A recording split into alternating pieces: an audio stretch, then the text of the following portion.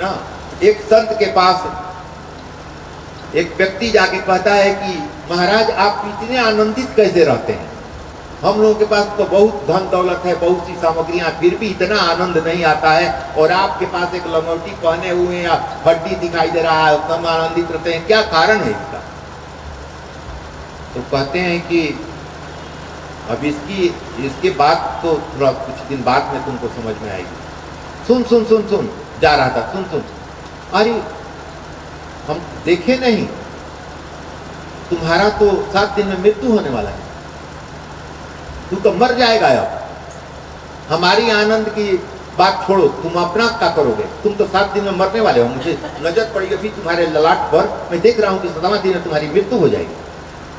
अब इतना टेंशन में आ गया कि घर गया, कि संत बहुत अच्छे हैं तो कहेंगे तो वही होगा। अब गया घर में, बच्चों को बुलाया, परिवार के सभी सदस्यों को बुलाया और कहा कि भैया ये कारोबार है, तुम लोग अपना अपना संभालो। सारे कारोबार दे दिया पत्नी को, बाल बच्चे को, और कहा कि जिसका लेन देन है अब तो जाना है, तो बेईमानी तो नहीं चलेगा। वो डायरी निकालो किसका किसका बेईमानी किए हैं, वो सब डायरी निकाला, जिसका जिसका लिया था, ठगा था, सूद पर सूद जो जोड़ा था वो सब लौटा दिया, बोला कि भैया अब हमको तो जाना है। ये बहुत अच्छा हुआ कि संत जी बता दिए, अब हिसाब किताब पूरा करना है। सब हिसाब किताब दे दिया, 5-6 दिन उसको लग गए सब हिसाब किताब देने में। 7वां दिन आया तो कहा कि मरना ही है तो उन्हीं के सामने मरे, अब मरना ही है तो चलो भैया संत के सामने मरेंगे। तो आया, प्रणाम किया कि महाराज जी मैं आ गया हूँ। तो कहते हैं कि बेटा ये बताओ तुम कैसा अनुभव कर रहे हो? तो बड़ी आनंद आ रहा है महाराज। तो करेंगे बहुत आनंद कैसे आया बेटा? हाँ तो सब कारोबार दे दिया सबों को ना, सब हिसाब किताब जो बेईमानी किया था सब लौटा उठा दिया, बड़ी कलह से बड़ी आनंद आ रहा है।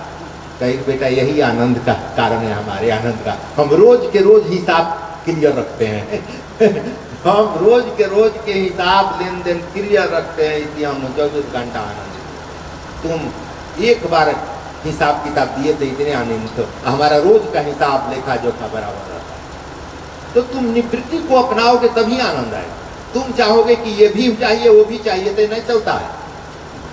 आनंद चाहिए, बाल बच्चों को उम्र हो गया तो बाल बच्चों को जवाबदेही दो, वो जैसे है वैसे करें।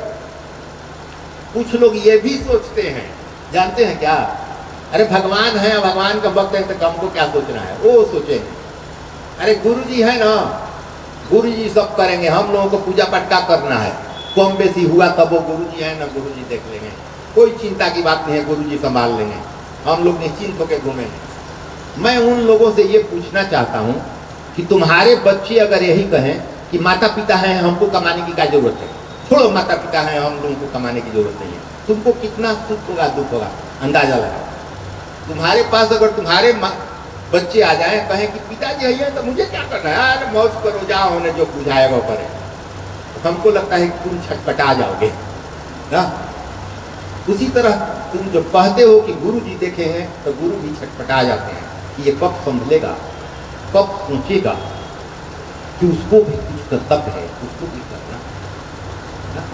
इसलिए हर एक लोग आया है स्वतंत्र और जाएगा स्वतंत्र, इसलिए स्वतंत्र रह के कार्य करना है। स्वतंत्र आया है स्वतंत्र जाएगा, तो इस धरती पर भी स्वतंत्र ही रहेगा, रोज के हिसाब किताब क्लियर रखेगा। बाल बच्चे होंगे 50 वर्ष 60 वर्ष हो गया, लो भैया हिसाब किताब जैसे करना है तैसे करो, खाना दोगे तो मैं खा लूंगा, नहीं दोगे तो नहीं खाऊंगा, मैं समझूंगा कि यही हमारी गति है, दे दिया तो ठीक है, नहीं दिया तो ठीक है, रूखा सूखा दे दिया उसी पर आनंदित रहूंगा, क्योंकि साधना तो रूखे सूखे खाकर होती है, तो दे दिया वही काफी है ना। तो आनंदित रहो जब तक तुम गृहस्थ जीवन में हो। 50 वर्ष का मैंने बता गृहस्थ आश्रम है, उस आश्रम के बाद तुम निवृत्ति को अपनाओ, धीरे धीरे छोड़ो, धीरे धीरे अपना जवाबदेही। तुमको लगता है कि छोड़ देंगे तो डूब जाएगा, अरे डूब जाएगा तभी तो तैरेगा ना।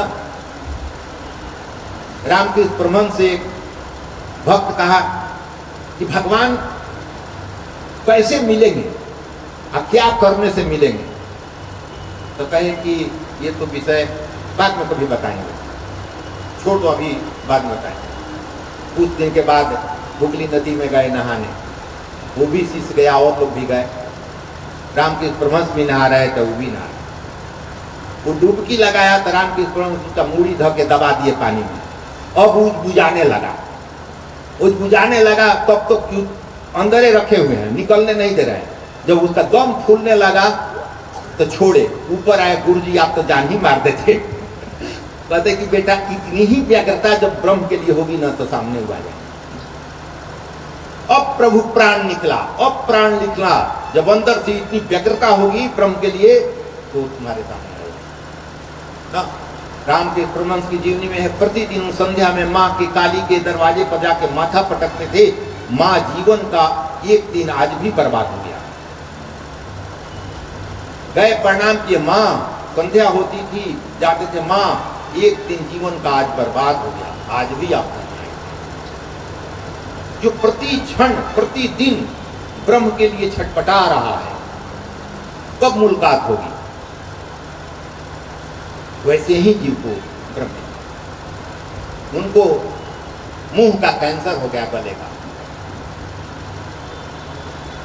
लोग कहने लगे कि स्वामी जी आप तो माँ के सामने बैठते हैं, माँ से बात करते हैं, कह दीजिए ना, ठीक कर देंगे। कहीं अरे अपनी माँ को गलत चीज दिया जाता है, सड़क गलत चीज दिया जाएगा, जो हमारा विकार है वो देंगे अपनी माँ को। तुम किसी अपनी माँ को बेकार का चीज वस्तु देते हो क्या? मैं अपनी माँ को अपना बेकार की वस्तु नहीं दूंगा, ये मेरा है, मेरा प्रारब्ध है, मैं लेकर जाऊंगा। माँ को तो अच्छी वस्तु दी जाती है बेटा, नहीं है कहे। अब विवेकानंद कैसे थे, उनके शिष्य जो दिन भर का खाखार वो कटोरा में रखा रहता था। अब कोई शिष्य, सब लोग, अधिकतर लोग भाग गए कि कैंसर हो जाएगा। उस समय इलाज नहीं था ना, लोग जानता था कि टीबी कैंसर होगा तो गया। लोगों को भय दूर करने के लिए कि हमारे गुरुदेव से उनके शिष्य भाग रहे हैं उनकी दशा को देखकर, इसको साबित करने के लिए पूरा कटोरा का खखार बक्सा सब के सामने पी गए। देखा, और जैसे ही पिए तैसे ही उनके ललाट चमक गया, सारी शक्तियां आ गई और सभी लोगों का भ्रम दूर हो गया। तो शिष्य ऐसे ही होते हैं। जो उत्तराधिकारी, अभी उत्तराधिकारी की बात चल रही थी प्रथम स्कंद में, कौन उत्तराधिकारी है, अधिकारी है कि नहीं इस ज्ञान का? तो ऐसे ऐसे गुरु सिलेक्ट करते हैं अधिकारी को।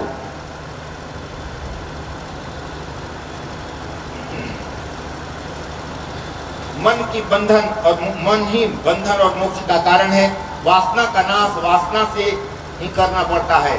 असत वासना को सद वासना से नाश करो। असत वासना है, जो असत्य है वासना, उसको सद वासना है, प्रभु के भजन में प्रीति लगा दो, ये सद वासना है। दूसरे के कल्याण में समय बिताओ, दूसरे के सुख दुख में साथ दो, सही मार्गदर्शन करो। ये मैं नहीं कर रहा हूं कि जाके पूजन करो, तुम सही अपने परिवार के सदस्य से ही तालमेल बैठा लो, समाज से तालमेल बैठा दो और सही मार्गदर्शन करो। अगर बुद्धि है तो धन है तो धन से, शरीर है तो बल से, और बुद्धि है तो ज्ञान से सहयोग करो एक दूसरे को।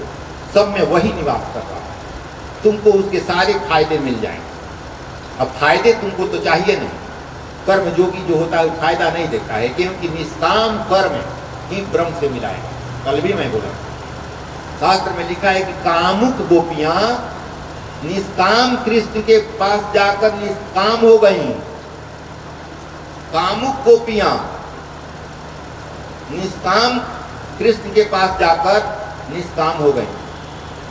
समाधि भाषा कहता है कि हरेक इंद्रियां जो काम में फंसी हुई है, अपने लिए जो काम कर रहा है व्यक्ति, बाल बच्चे के पालन पोषण, घर द्वार देख रहा है, वो सकाम कर्म है। तो कामुक गोपियां, मतलब गोपियां जो अपने लिए काम कर रही थी, वो कृष्ण के पास जाकर निष्काम कर्म करने लगी। ब्रह्म ही सबको मान लिया, अपने बाल बच्चों को भी, पति में सबको ब्रह्म ही मान के काम करने लगी। सेवा वही सेवा रहा, सेवा तो वही रहा, उसमें भेद नहीं रहा, लेकिन दृष्टि बदल गई। अब दृष्टि बदल गई सेवा करने की, और ब्रह्म से एक हो गए। तो काम करो, निष्काम कर्म अपना लो ना। मैं तो नहीं कह रहा हूं, शास्त्र भी नहीं कह रहा है कि काम छोड़ दो। गो सेवा भी धर्म है, लेकिन गो सेवा तुम जो कर रहे हो वो तो अच्छी बात है, क्योंकि घास खा के वो दूध देती है। ऐसा कोई नहीं है कि बेकार वस्तु खा के दूध हम मलाई देते। गाय ऐसी होती है कि इसलिए पूजनीय है कि बेकार की वस्तु घास फूस खा के आपको अमृत देती है। इसलिए गाय संत को ये पूजनीय होते हैं, क्योंकि बेकार की वस्तु आपके अहंकार को लेकर, आपके क्रोध को लेकर आपको सही मार्गदर्शन करते हैं, आपके क्रोध का उपान करते हैं, आपके अहंकार का, लोभ का सारा चीज अपने पास रखते हैं और सही चीज आपको देते हैं। कंस काम और अभिमान, कंस जो है वो काम और अभिमान है, वही सभी को कारागृह में रखता है। कंस कारागृह में रखता है सबको, यानी कि कंस जो है काम और अभिमान है, काम और अभिमान ही सबको कारागृह में रखता है, आपको बांध के रहेगा। काम अगर आपके अंदर, आप उधर ही घूमते रहिएगा, चाहे कारखाना में हो चाहे घर में, काम अगर दिमाग में आएगा तो उधर ही घूमते रहे, मतलब कारागृह में बांध के रखता है, ये जाने नहीं देगा कहीं। जो अतिशय सहन करे वही संत है, जगत में सब कुछ सहते रहो, जगत में अंधकार का अस्तित्व है, प्रकाश का मूल्य है। संतों का पहला लक्ष्य तितिक्षा है, जो दूसरा है करुणा, तीसरा लक्षण है सभी देह प्राणियों के प्रति सुहृदता। हर एक प्राणियों के सुहृद होते हैं, तो सबके कल्याण करने की बात में सोचते हैं। अजात शत्रु, शांत, सरल स्वभाव आदि भी संतों के लक्षण हैं। चौथे स्कंद में प्रवेश कर रहे हैं। चौथा स्कंद ये पुरुषार्थ लीला है। पुरुषार्थ मनुष्य का क्या है? पुरुषार्थ है 4: धर्म, अर्थ, काम और मोक्ष। यही प्राप्त अगर हो जाता है तो समझिए कि जीवन का लक्ष्य प्राप्त हो गया। तो प्रथम स्कंद अधिकार लीला है, द्वितीय स्कंद कर्तव्य लीला है, और तृतीय स्कंद क्रियात्मक लीला है, और चतुर्थ स्कंद ये जो है ये पुरुषार्थ लीला है। मतलब चारों कैसे मिलेंगे, ये धर्म, अर्थ, काम कैसे हमको मिलेंगे, इसके बारे में ये बताया गया है।